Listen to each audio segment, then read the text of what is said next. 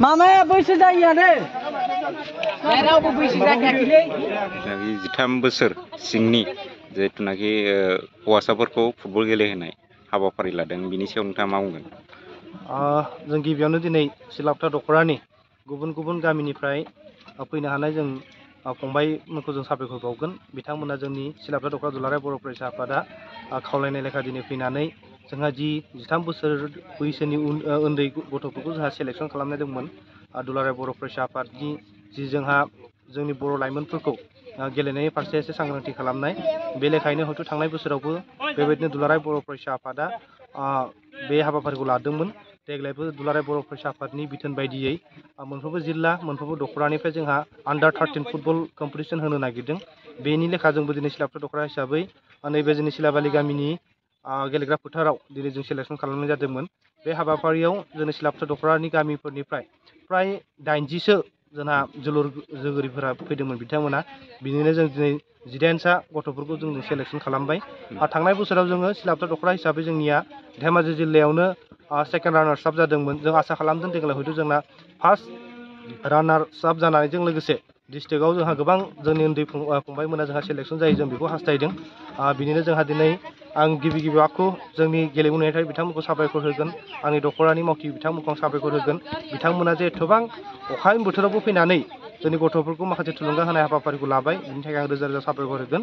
दा बे बिथिंनि फारसे जोंहा गेलेमु नेहाथारि दं आं बिथांमोनखौनो माखासे खोथाखौ बुंनो खावलायगोन।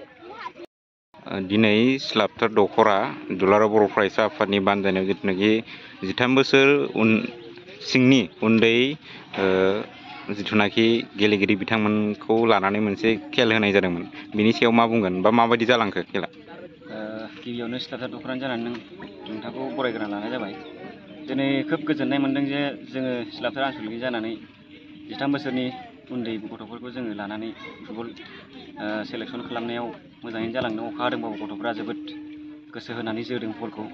आरो जोङो आसा खालामो जे फैबाय थानाय डिस्ट्रिक्टआव जोहैनायाव फार्स्ट रानारखौनो लाबोनो हायो होननानै जोङो आसा खालामदों। आरो जोंबो नाजाबाय थागोन। ट्रेनिंखौ जों मोजां होगोन। साननै सानथाम मोनदोंबाबो जोङो नाजागोन आरो। गेलेगिरि फंबायमोनखौ मा मेसेज होनो सानो? बिथांमोना जे अखा बांखाबाबो फैनानै जोफैदों। बिथांमोना थारैनो न'खरनिफ्राय माखासे सुबिदाखौ मोनाखै। जों बेखौ गार्जेनफोरखौ खावलायनांगोन जे बिसोरनि गाननाय बुटफ्रा सोरनाबा जिनाय सोरनाबा मुजा गैया बेफोरखौ जोङो नोजोर बोनानै न'खरनि फारसे जोङो बुंहैनांगोन जे गथ'फ्रा नोंसिना मोजाङै गेलेयो गेलेनायाव गोसो होदों नालाय एसे नोंसोरबो रांफोरखौ होनानै गेलेनाय जि बुस्थु बेफोरखौ मोजाङै बायनानै होयो। माबायदि गेलेजानो लुगैयो उनाव फैबाय थानाय समाव? फैबाय थानाय समाव गेलेनायाथ' बिथांमोना मोजाङै गेलेदों। कचिंफोर गैयाबाबो बिथांमोना जोनाया जोबोद मोजां गेलेदों। रानिं दङ बिथांमोना जोनाया हिट दङ। आरो दा आन्डार 12आनो हमजायो। 12निफ्राय एसेल' गिदिर बिसोरो बिथांमोना। दा 12 बोसोरावनो इसेबां जोनो हादोंबा इयुनाव आन्डार 16 आन्डार 19 बेफ्राव मोजाङैनो जोहैगोन बिसोरो मोजां कचिं लानो मोननाय जायोबा। ओंखायनो बिथांमोनखौ आङो बेखौनो बुंनो सानो जे गावनि साननायफोरखौ जि गेलेनो लुगैदों बेखौ जाफुंहोनो नाजानांगौ। सान हर नङाबाबो फुङाव खेबसे बेलासियाव खेबसे गेलेबाय थाबा मोजां जागोन आरो बिथांमोना।